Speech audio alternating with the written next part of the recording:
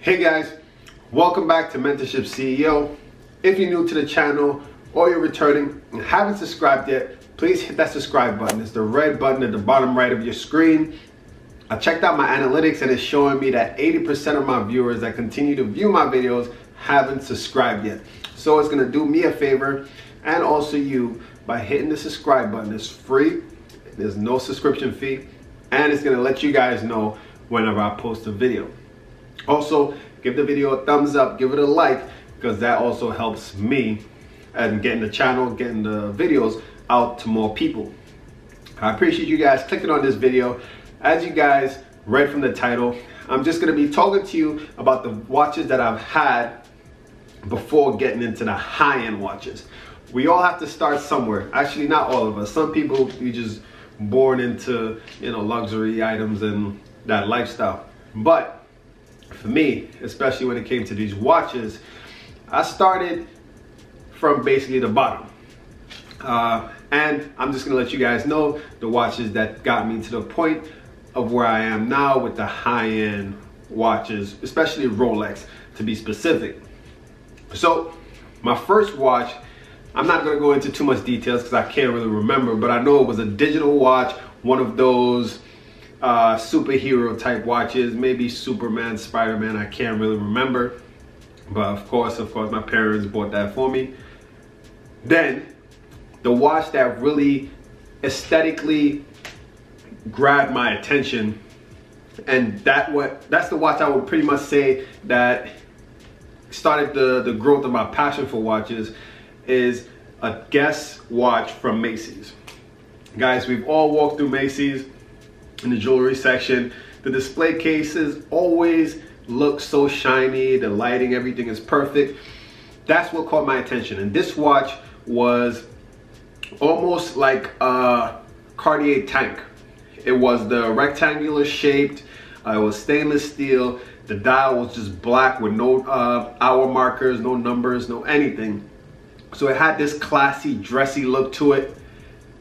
That was the first watch that made me say, I love watches. Now here's the thing, guys. I was walking through Macy's with my mom. I saw the watch, I pointed it out to her. And the crazy thing is, a watch is something that, when you're a kid, you keep asking your parents for toys and this and that. They would say, no, no, no. For a child to be, and at that age, I think I was maybe 13, 14. At that age, to have your child ask for a watch, which is something that tells time, which is something that's so, and it's almost a mature thing to aspire to actually have a watch in your wrist. It was something that she wasn't quick to say no at all. The price of the watch, I think, was between $99 to $200. I can't really remember. But it was not an expensive watch, and it was a quartz watch. So I pointed out to her. She says, oh, okay, it's a nice watch. Can't remember all the details of the conversation, but she did say that if I come up with a certain amount, she'll put in the rest. And I was excited after that, because I did at that point, at that time in my age, I received an allowance. So every week, I believe I got $40 to $50 every week. And of course, it's not gonna, hold up, $40? I can't remember the exact amount. Even saying the word allowance sounds kind of funny. But around that price, so it wasn't gonna take me long to get to the amount to actually get the watch. So it took 2 weeks to actually get the watch. But listen, guys, within that 2-week period, my eyes was everywhere. Watches just started standing out to me. I was online looking at watches, but the places I was looking was Macy's and Sears and all these regular retail stores where there aren't any high-end. So the next watch that caught my attention, that I was like, you know what? She's interested, my mom's interested in buying me this watch. So why not, knock the price up a little bit higher? And I started looking at Movado. And specifically, it's the Movado Museum. This watch, again, it's another beautiful dress watch. So right there, guys, you can see that really dress watches, even back then, had my attention. So it was a Movado museum. It was gold. The case was gold. And again, it was a nice mid-sized watch with the black leather strap. And I pointed out to my mom and she was like, oh, okay, let's go in the store and look at it.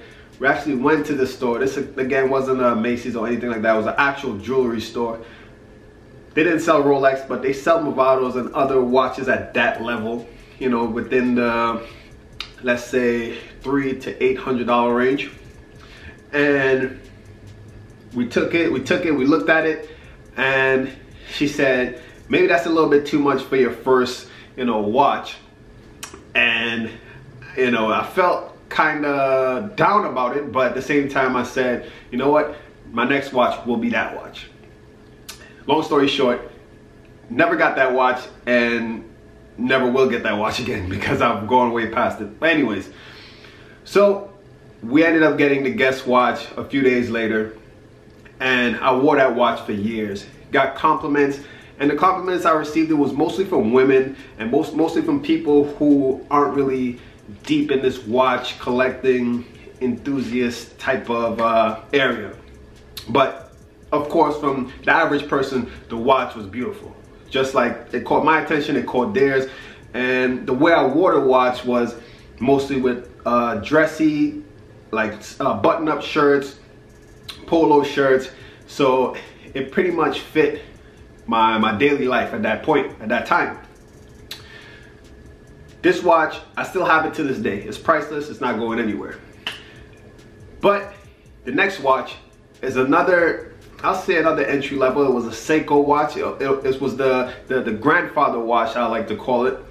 Just like I like to call the watch that I'm wearing right now also the grandfather watch. For some reason, the Jubilee bracelet is one that, for some reason, remind me of more mature, older gentlemen wearing these type of watches. This is the Rolex Datejust 16233. It's my current daily watch, and as you can see, it's in pristine condition. The dial is the tapestry dial, as you guys can maybe see. And this is a watch that, from this watch that I'm going to talk about, the Seiko, this was the watch that I ultimately wanted. So the Seiko watch was another one that I picked up, not for too much, maybe $60 on, who knows, I think it was maybe Craigslist or something like that, or one of those selling apps. Picked it up, enjoyed it, and this was a watch that I told myself, this is gonna take me to the Rolex. For some reason, it's gonna take me there. It had the similar look, and I was able to enjoy the watch in a way that made me see if it fits my lifestyle, if it fits my look. You understand? Before jumping in head first into an expensive $1,000 watch, that was a good starter, especially my budget. From the Seiko came an Invicta.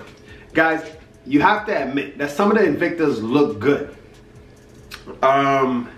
When you really get close to it, of course, you start to see the imperfections, the quality isn't the best. But for a beginner to see what he likes based on maybe case size, based on, in my situation, based on the look of it, I didn't want to jump in and get a Rolex 16610. First of all, I didn't have the money for it, and that was just way out there for me. So this Invicta was something for me to just test the waters.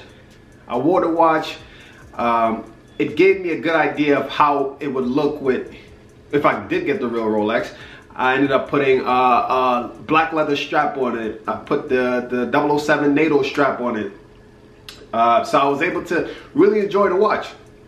I didn't feel any type of way as far as like, oh, this is, I'm just trying to fake it and pretend I have a Rolex. No, I legitimately enjoyed the Invicta to the best of my ability. I was a kid. And sometimes it's strange to me when I see kids wearing Rolex watches. It looked kind of weird to me. But at this point, guys, I had the Invicta. It was the Seiko, then the Invicta. And from the Invicta, I ended up taking a leap and I got a Rolex Datejust 1601 champagne dial, two-tone, and that was my first Rolex watch, my first high-end watch. I was nervous, excited. I have a video in my watches section, talking watches section. Check it out. Basically a lengthy video going into the details of everything that I got with the watch, that I received with the watch, and you guys would actually enjoy it if you haven't watched it yet. Go check that out. So guys, that was a quick little rundown of the watches that I had before getting into the high-end watches. It was first one of those cartoon watches, pretty much a superhero watch, the Guess watch,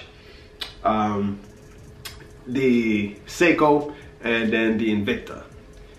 Hopefully you guys enjoyed this video. Give it a thumbs up, hit the subscribe button, and guys, stay tuned for the next video.